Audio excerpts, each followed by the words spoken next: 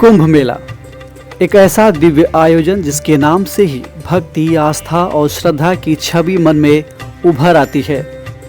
ये मेला केवल एक धार्मिक पर्व नहीं है, बल्कि भारतीय संस्कृति, परंपरा और एकता का जीता जागता उदाहरण भी है। जब आप इस इतिहास के इन अद्भुत पन्नों को पलटेंगे तो आपको ये एहसास होगा कि कुंभ मेला केवल एक धार्मिक आयोजन भर नहीं, बल्कि लाखों लोगों की आस्था का केंद्र है जो उन्हें एक दूसरे से जोड़ता है। इस मेले की कहानी हजारों साल पुरानी है और इसका वर्णन हिंदू धर्म ग्रंथों में किया गया है। विष्णु पुराण में समुद्र मंथन की एक अद्भुत कथा आती है जो कुंभ मेले के इतिहास से जुड़ी हुई है।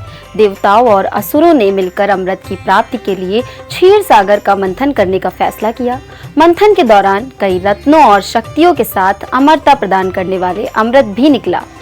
देवताओं और असुरों के बीच इस अमृत के लिए संघर्ष हुआ। भगवान विष्णु ने इस अमृत को बचाने के लिए कुंभ यानी कि घड़ा में भरकर स्वर्ग की ओर उड़ान भरी, लेकिन असुरों ने उनका पीछा किया और इस संघर्ष में अमृत की कुछ बूंदें धरती पर गिर गई। ये बूंदें 4 पवित्र स्थलों हरिद्वार, प्रयागराज, उज्जैन और नासिक में गिरी और यहीं से इन स्थानों पर कुंभ मेला मनाने की परंपरा शुरू हुई। इतिहासकारों के अनुसार कुंभ मेला लगभग 2000 सालों से भी ज्यादा पुराना है।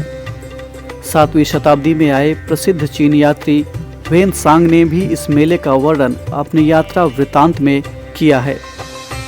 उन्होंने उल्लेख किया है कि राजा हर्षवर्धन के शासनकाल में प्रयागराज में लाखों तीर्थयात्री इकट्ठा होते थे और संगम में स्नान करते थे। यहाँ तक कि महाभारत और ऋग्वेद जैसे ग्रंथों में भी प्रयाग को तीर्थों का तीर्थ कहा गया है। कुंभ मेला हर 12 वर्षों में उन पवित्र स्थानों पर आयोजित होता है जहां अमृत की बूंदें गिरी थी।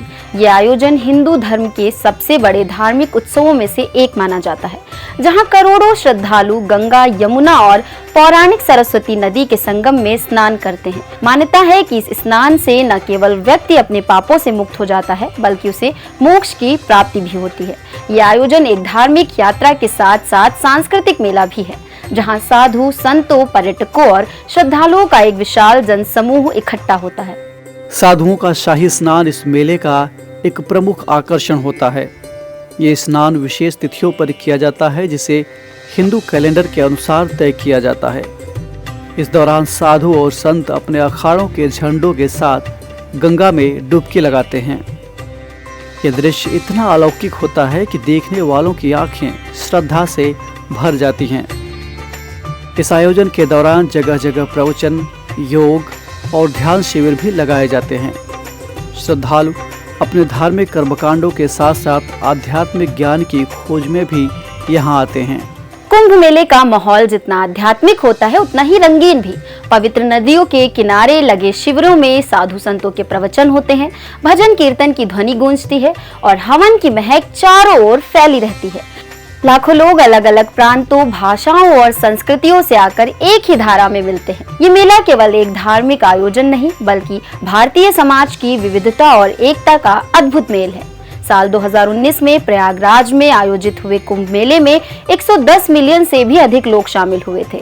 इस दौरान दुनिया भर से आए श्रद्धालुओं ने संगम में स्नान कर अपने पापों से मुक्ति की कामना की। 2025 में फिर से प्रयागराज इस अद्भुत मेले का आयोजन करेगा और इस बार अनुमान है कि 150 मिलियन से अधिक श्रद्धालु इस दिव्य मेले में भाग लेंगे।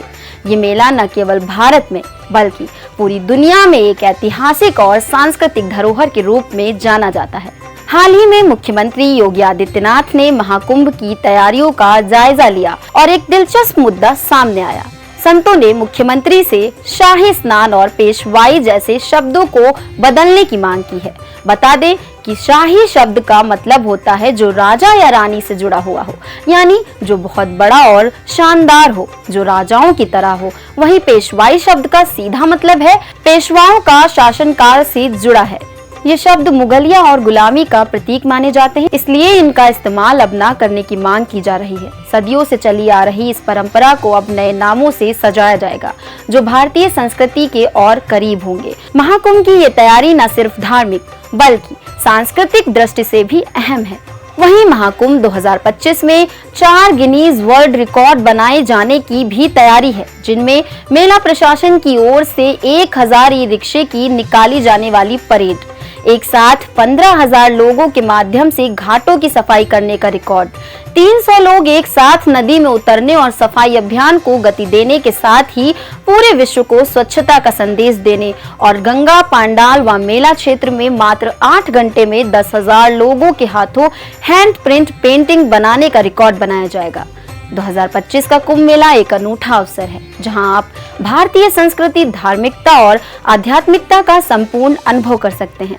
इस बार जब आप प्रयागराज में इस अद्वितीय मेले में भाग लेंगे तो आपको न केवल अपने अंदर एक नई ऊर्जा मिलेगी, बल्कि आप भारतीय संस्कृति की समृद्धि और विविधता से भी रूबरू होंगे। तो तैयार हो जाइए, क्योंकि ये मेला आपको एक नई दिशा और दृष्टिकोण देने के लिए प्रतिछारत है। अगर आपको ये वीडियो पसंद आया हो तो इसे लाइक और शेयर करें और हमारे चैनल को सब्सक्राइब करें। धन्यवाद।